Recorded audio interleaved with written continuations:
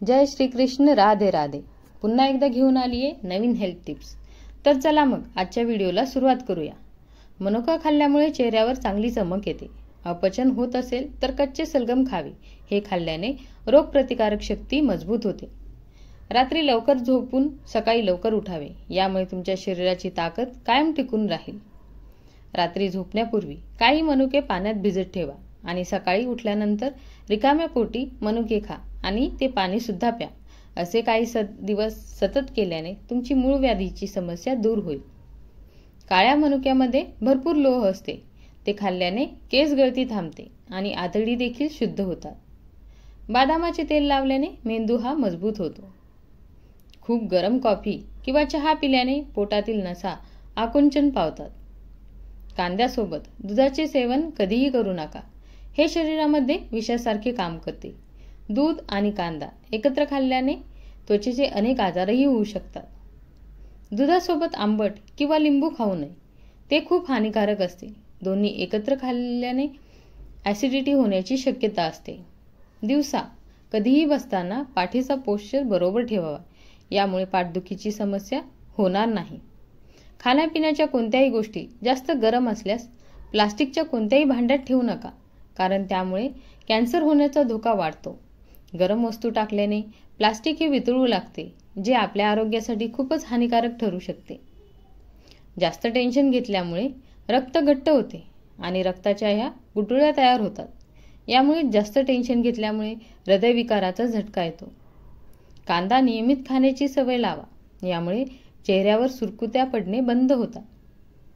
रात्री झोपण्यापूर्वी अंड्यातील पिवळा भाग चेहऱ्यावर लावल्यास काही दिवसातच चेहरा गोरा होतो.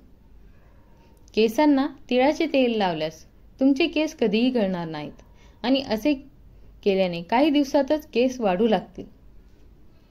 जर तुमचे लहान मूल असेल तर त्याला तिळाच्या तेलाने मसाज करा. तिळाचे तेल हे मुलांसाठी अतिशय आरोग्यदायी आहे. पण हिवाळ्यात रोज तिळाच्या तेलाने मसाज केल्यामुळे मुले निरोगी राहतील आणि सर्दीताप होण्यापासूनही दूर राहतील. गाजराच्या रसामध्ये मध आणि मीठ मिसळून प्यायल्याने कमी झालेली दृष्टी परत येण्यास मदत होते. बीटरूटमध्ये लोहाचे प्रमाण खूप जास्त असते. त्यामुळे तुम्ही रोजच्या आहारामध्ये बीटरूट हे खाल्लेच पाहिजे.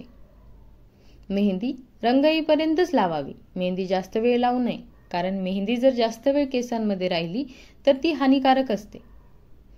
जर तुम्हाला डास चावला असेल आणि खाज येत असेल तर त्या भागावर साबण लावून धुवा. यामुळे खाज ही लगेच निघून जाईल. 1 ग्लास दुधामध्ये 1 चमचा गाईचे तूप आणि खडीसाखर मिसळून प्यायल्याने मानसिक दुर्बलता, शारीरिक कमजोरी आणि कमजोर हाडे या समस्यापासून आराम मिळतो. जर तुमच्या शरीरामध्ये लोहाची कमतरता असेल तर तुम्ही रोज पोहे खावे. त्यापासून लगेच आराम मिळेल. जर मुलांचा अभ्यासात मन लागत नसेल किंवा मेंदू कमजोर असेल तर त्यांना 1 किंवा 2 चमचे भिजलेली हरभऱ्याची डाळ सकाळी खायला द्या. त्यामुळे त्यांचे मन तीक्ष्ण होईल आणि त्यांनाही अभ्यास करावासे वाटेल. तुम्ही ही डाळ गुळासोबतही खाऊ शकता. महिला हिवाळ्यात दुधामध्ये ऑलिव्ह ऑइल मिसळून चेहऱ्याची मालिश करतात. त्यामुळे त्यांचा चेहरा मुलायम आणि चमकदार राहतो. तसेच ऑलिव्ह ऑइल दुधात मिसळून हात आणि पायांची मालिश केल्याने हात आणि पायांना भेगा पडत नाही. लसणाच्या पाकळ्या तिळाच्या तेलात बारीक करून मोठ्यांच्या शरीरावर मसाज केल्यामुळे सर्दी, खोकला, कफ आणि हाडे दुखणे यासारख्या समस्यापासून आराम मिळतो. मुलांनी रिकाम्या पोटी दही खाल्ल्याने त्यांचा मेंदू तीक्ष्ण होतो आणि शरीरामध्ये रक्ताची कमतरता होत नाही. मानसिक ताण कमी होतो आणि शरीरासाठी खूप फायदेशीर आहे. खाज येण्याच्या समस्येने त्रस्त असाल तर मोहरीच्या तेलामध्ये लसणाच्या 7 ते 8 पाकळ्या काळ्या होईपर्यंत शिजवा आणि थंड होण्यासाठी ठेवा.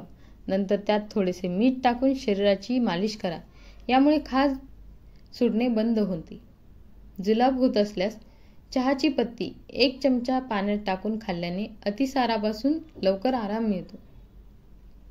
जर तुम्हाला सतत डोकेदुखीचा त्रास होत असेल तर तुमच्या आहारात पालकाचे सेवन करा. कोरफड अर्धा कापून दररोज संध्याकाळी झोपण्यापूर्वी चेहऱ्यावर 5 मिनिटे मसाज करा आणि सकाळी चेहरा धुवा. त्यामुळे चेहरा टवटवीत दिसेल. कोणत्याही पार्टी किंवा फंक्शनला जाण्यापूर्वी चेहऱ्यावर झटपटीत चमक आणण्याचे असेल तर दुधामध्ये संत्रा आणि लिंबाच्या सालीची पावडर मिसळून 10 ते 15 मिनिटं चेहऱ्यावर लावा. सुकल्यानंतर हलक्या हाताने मऊ चोळा आणि धुवा. चेहऱ्यावर पूर्णपणे नवीन चमक येईल. उकडलेले हरभरे, हरभऱ्याची चपाती किंवा भाजलेले हरभरे खाल्ल्याने पचनशक्ती वाढते आणि त्याच्या सेवनाने शारीरिक कमजोरी दूर होते. थंड पाण्यात लिंबू आणि कांद्याचा रस मिसळून प्यायल्याने कॉलरासारख्या समस्यावर खूप फायदा होतो. सर्दीमुळे ताप येत असेल तर 1 ग्राम लवंग बारीक करून एका कपड्यामध्ये बांधून रुग्णाला त्याचा वास द्या. यामुळे तापातून लवकर आराम मिळतो. जर तुमचे पोट सतत लठ्ठपणाकडे जात असेल तर साखर, तांदूळ आणि मैदा यापासून बनवलेल्या गोष्टींचे सेवन कमी करा. तुम्हाला अस्वस्थ आणि थकवा वाटत असेल तर डाळिंबाच्या रसामध्ये लिंबू मिसळून प्या. आले पाण्यात उकळून सकाळ संध्याकाळ पिल्याने सांधेदुखीपासून खूप आराम मिळतो. जर तुम्हाला सतत चक्कर येत असेल तर काळे मीठ टाकून पाणी घ्या. यामुळे चक्कर येणे हे बंद होईल. रोज रात्री झोपण्यापूर्वी चेहऱ्यावर गुलाबाचा अर्क लावल्याने चेहरा लवकर म्हातारा होण्यापासून बचाव होतो.